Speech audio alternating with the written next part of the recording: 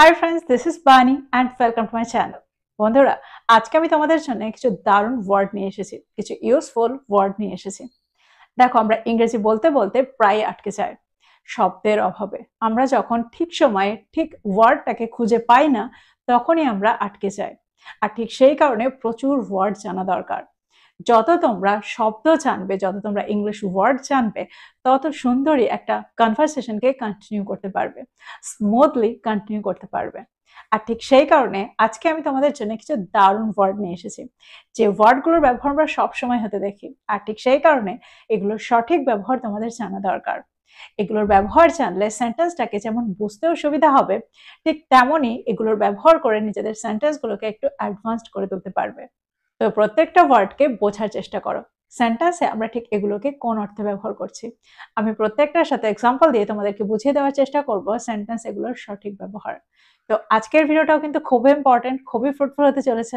তোমরা কোথাও যাবে না, আমার সাথে ভিডিওটা একদম শেষ পর্যন্ত থাকবে। যা চ্যানেলে নতুন, অর্থাৎ প্রথম আমার ভিডিও দেখছো, তারা প্লিজ চ্যানেলটাকে সাবস্ক্রাইব করে নিও। তাহলে যখনই আমি ভিডিও আপলোড করবো তোমরা নোটিফিকেশন পেয়ে যাবে। তো আর দেরি না করে চলো শুরু করা যাক আজকের video.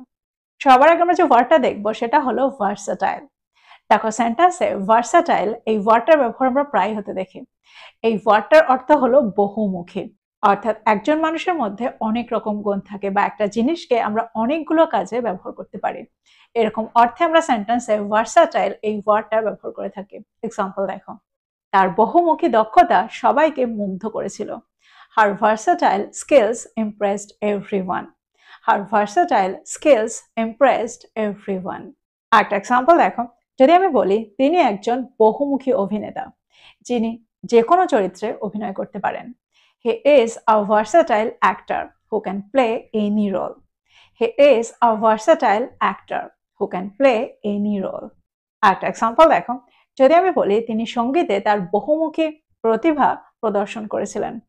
She showed her versatile talent in music. She showed her versatile talent in music. তো এক্সাম্পলগুলোর মধ্যে দিয়ে আমার মনে হয় তোমরা এই ওয়ার্ডটাকে বুঝতে পারলে, ভার্সাটাইলের ব্যবহারটা বুঝতে পারলে। আচ্ছা, এবার যদি আমি বলি তার বহুমুখিতা সবাইকে অবাক করে দেয়। বহুমুখিতা এরকম অর্থে আমরা সেন্টেন্সে কোন ওয়ার্ডটার ব্যবহার করব? দেখো, এখানে আমরা একটা নাউনের ব্যবহার করব। দেখো, এখানে আমরা ভার্সাটিলিটি এই ওয়ার্ডটার ব্যবহার করব। যদি আমি বলি তার বহুমুখিতা তাকে বিশেষ করে তোলে। Her versatility makes her special. Her versatility makes her special. দেখো, ভার্সাটাইল ছিল একটা অ্যাডজেক্টিভ, কিন্তু ভার্সাটিলিটি এই ওয়ার্ডটা হলো একটা নাউন, অর্থাৎ সেন্টেন্সে আমরা এটাকে নাউন হিসেবে ব্যবহার করছি। আরেকটা এক্সাম্পল দেখো, যদি আমি বলি সঙ্গীতে তার বহুমুখিতা সবাইকে মুগ্ধ করেছিল। Her versatility in music impressed everyone. Her versatility in music impressed everyone. তো তোমরা বুঝতে পারলে এই দুটো ওয়ার্ডকে আমরা ঠিক কিভাবে ব্যবহার করছি। এবার আমরা দেখবো এর পরেরটা। এবার যে ওয়ার্ড আমরা দেখবো সেটা হলো প্রিভ্যালেন্ট। সেন্টেন্সে প্রায় তোমরা প্রিভ্যালেন্টের ব্যবহার হতে দেখবে। দেখো, এটা হলো একটা অ্যাডজেক্টিভ। দেখো, এই ওয়ার্ডটার অর্থ হলো প্রচলিত, বিদ্যমান বা ব্যাপকভাবে। এরকম অর্থে আমরা সেন্টেন্সে এই ওয়ার্ডটাকে ব্যবহার করে থাকি। যদি আমি বলি এই ধারণাটি আমাদের সমাজে বিদ্যমান, This idea is prevalent in our society. This idea is prevalent in our society. যদি আমি বলি এই বিশ্বাসটি আমাদের সমাজে প্রচলিত, This belief is prevalent in our society. This belief is prevalent in our society. একটা এক্সাম্পল দেখো, যদি আমি বলি গ্রামে এখনো ওই রীতিটা প্রচলিত, That custom is still prevalent in villages. That custom is still prevalent in villages. একটা এক্সাম্পল দেখো, যদি আমি বলি এই ধারণাটা প্রাচীনকালে প্রচলিত ছিল, This idea was prevalent in ancient times. This idea was prevalent in ancient times. তো তোমরা বুঝতে পারছো সেন্টেন্সে আমরা প্রেভেলেন্টকে কোন অর্থে ব্যবহার করছি। এবার আমরা দেখবো এর পরের ওয়ার্ডটা। এবার যে ওয়ার্ডটা আমরা দেখবো সেটা হলো প্রিভ্যালেন্স। প্রিভ্যালেন্স, দেখো এই ওয়ার্ডটা হলো একটা নাউন। সেন্টেন্সে আমরা ব্যাপকতা বা প্রচলন এরকম বোঝাতে, এরকম অর্থে এই ওয়ার্ডটার ব্যবহার করে থাকি। যদি আমি বলি মোবাইল ফোনের প্রচলন বাড়ছে, The prevalence of mobile phones is increasing. The prevalence of mobile phones is increasing.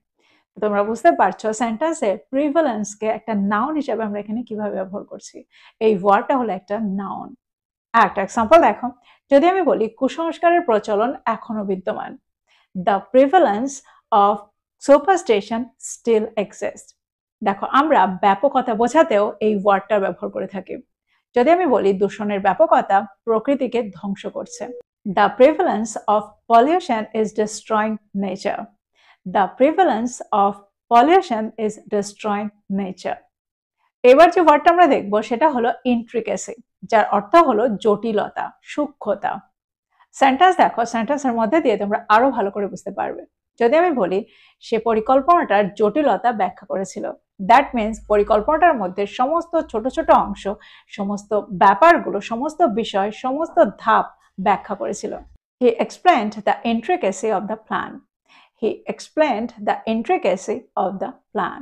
তো তোমরা বুঝতে পারছো সেন্টেন্সে আমরা ঠিক কোন অর্থে এই ওয়ার্ডটাকে ব্যবহার করছি। দেখো কোনো একটা জিনিসের ভেতরে সূক্ষ্মতা, ছোট ছোট জিনিস, অর্থাৎ ছোট ছোট জিনিস মিলিয়ে পুরো ব্যাপারটা তৈরি হয়েছে। সেই বিষয়টাকে, সেই জটিলতাটাকে এক্সপ্লেন করার অর্থে, সেই জটিলতাটাকে বোঝানোর অর্থে আমরা সেন্টেন্সে এই ওয়ার্ডটার ব্যবহার করে থাকি। কোনো একটা ডিজাইনের মধ্যে ছোট ছোট অনেক রকম কাজ থাকে, তো এই পুরো ব্যাপারটাকে, এই সূক্ষ্মতাটাকে আমরা ইন্ট্রিকেসি বলে থাকি। কোনো একটা সমস্যার মধ্যে অনেকগুলো ব্যাপার থাকে, তো সেটাকেই আমরা ইন্ট্রিকেসি বলছি। কোনো একটা পরিকল্পনার অনেকগুলো ধাপ থাকে, অনেক অংশ থাকে, সেই পুরো ব্যাপারটাকেই আমরা ইন্ট্রিকেসি বলছি। যদি আমি বলি গয়নাটার সূক্ষ্মতাটা খুব সুন্দর, the intricacy of the jewellery is very beautiful. The intricacy of the jewellery is very beautiful. একটা এক্সাম্পল দেখো, যদি আমি বলি আমি তার চিন্তার সূক্ষ্মতাটাকে প্রশংসা করি, দ্যাট মিনস আমি তার চিন্তার জটিলতাটাকে প্রশংসা করি। অর্থাৎ তার চিন্তার মধ্যে প্রতিটা ব্যাপার, প্রত্যেকটা অংশ, প্রত্যেকটা ছোট ছোট বিষয়কে আমি প্রশংসা করি। তো সেন্টেন্সটা কি হবে? I admire the intricacy of his thoughts. I admire the intricacy of his thoughts. তো তোমরা বুঝতে পারছো সেন্টেন্সে এই ওয়ার্ডটার ব্যবহার। এবার যদি আমি বলি সে জটিল বিষয়টাকে, সে জটিল পরিকল্পনাটাকে ব্যাখ্যা করেছিল। গহনার জটিল নকশাটা খুব সুন্দর। অর্থাৎ এখানে আমি জটিলতা বলছি না, জটিল বলছি। অর্থাৎ সূক্ষ্মতা না বলে সূক্ষ্ম বলছি। এখানে আমরা সেন্টেন্সে কোন ওয়ার্ডের ব্যবহার করব? দেখো এখানে আমরা আর ইন্ট্রিকেসির ব্যবহার করব না, এখানে আমরা ব্যবহার করব ইন্ট্রিকেট, যেটা হলো একটা অ্যাডজেক্টিভ। সেন্টেন্স দেখো, যদি আমি বলি সে কাপড়ের উপর একটা সূক্ষ্ম নকশা তৈরি করেছিল। She made an intricate design on the cloth. She made an intricate design on the cloth. একটা এক্সাম্পল দেখো, যদি আমি বলি সে আমাদেরকে জটিল পরিকল্পনাটা ব্যাখ্যা করেছিল। He explained the intricate plan to us. He explained the intricate plan to us. একটা এক্সাম্পল দেখো, যদি আমি বলি সমস্যাটি যেমন লাগে তার থেকে বেশি জটিল। The problem is more intricate than it seems. The problem is more intricate than it seems.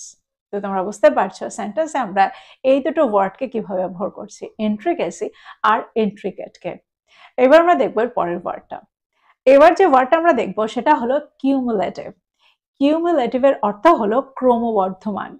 That means একটার পর একটা জমে, একটার পর একটা জমা হয়ে, সঞ্চিত হয়ে যেটা তৈরি হয়। যদি আমি বলি দলটির ক্রমবর্ধমান প্রচেষ্টা সফলতার দিকে নিয়ে গিয়েছিল। The team's cumulative effort led to success. The team's cumulative effort led to success. আরেকটা এক্সাম্পল দেখো, যদি আমি বলি ছোট ছোট কাজগুলোর সঞ্চিত প্রভাব উল্লেখযোগ্য। The cumulative impact of small actions is significant. The cumulative impact of small actions is significant. আমরা প্রায় বলে থাকি এই অঞ্চলের সঞ্চিত বৃষ্টিপাত বাড়ছে। The cumulative rainfall in this region is increasing. The cumulative rainfall in this region is increasing. যদি আমি বলি ভুলগুলো থেকে সঞ্চিত শিক্ষা মূল্যবান। The cumulative learning from mistakes is valuable. The cumulative learning from mistakes is valuable. তোমরা বুঝতে পারছো এই ওয়ার্ডটার ব্যবহার। তো এই ছিল কয়েকটা ইম্পর্টেন্ট ওয়ার্ড। আমার মনে হয় প্রত্যেকটা ওয়ার্ডকে তোমরা বুঝতে পারলে। দেখো এই প্রত্যেকটা ওয়ার্ড একটু অ্যাডভান্সড, কিন্তু এই ওয়ার্ডগুলোর ব্যবহার করে আমরা আমাদের সেন্টেন্সগুলোকে খুব সহজেই এক্সপ্রেস করতে পারি, কিছু বাংলা বাক্যকে খুব সহজে ইংলিশে ট্রান্সলেট করতে পারি, আর এগুলোকে ব্যবহার করে আমরা আমাদের কনভারসেশনটাকে একটু অ্যাডভান্সড করে তুলতে পারি। তাই প্রত্যেকটাকে নোট ডাউন করো আর এগুলো দিয়ে প্রচুর সেন্টেন্স তৈরি করো, আর সেগুলোকে তোমাদের প্রতিদিনের কনভারসেশনে ইনক্লুড করো। তো এই ছিল আজকের ভিডিও, এই ছিল আজকের টপিক। ভিডিওটা ভালো লাগলে লাইক করতে ভুলে যেও না, বন্ধুদেরকে শেয়ার করো যারা ইংরেজি শিখছে। So this is all about today. I will be back with another video. Till then, take care. Thank you for watching this video. Bye bye.